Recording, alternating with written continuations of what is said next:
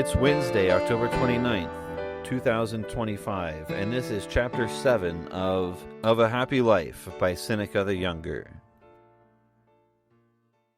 Even those very people who declare the highest good to be in the belly see what a dishonorable position they have assigned to it, and therefore they say that pleasure cannot be parted from virtue, and that no one can either live honorably without living cheerfully, nor yet live cheerfully without living honorably. I do not see how these very different matters can have any connection with one another.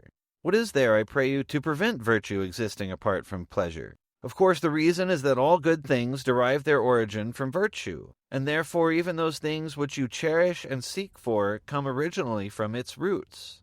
Yet, if they were entirely inseparable, we should not see some things to be pleasant, but not honorable, and others most honorable indeed, but hard and only to be attained by suffering.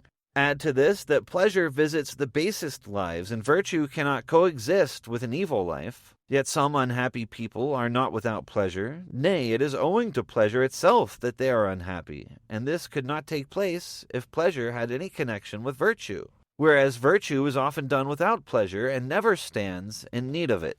Why do you put together two things which are unlike and even incompatible one with another? Virtue is a lofty quality, sublime, royal, unconquerable, untiring. Pleasure is low, slavish, weakly, perishable. Its haunts and homes are the brothel and the tavern. You will meet virtue in the temple, the marketplace, the senate house, manning the walls, covered with dust, sunburnt, horny-handed.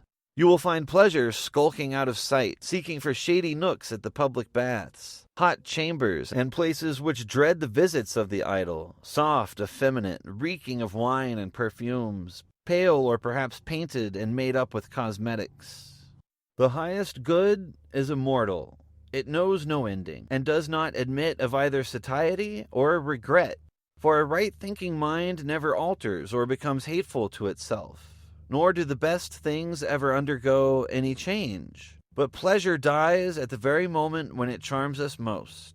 It has no great scope, and therefore it soon cloys and wearies us, and fades away as soon as its first impulse is over. Indeed, we cannot depend upon anything whose nature is to change.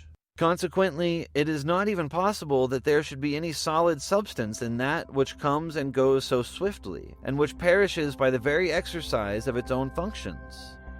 For it arrives at a point at which it ceases to be, and even while it is beginning, always keeps its end in view.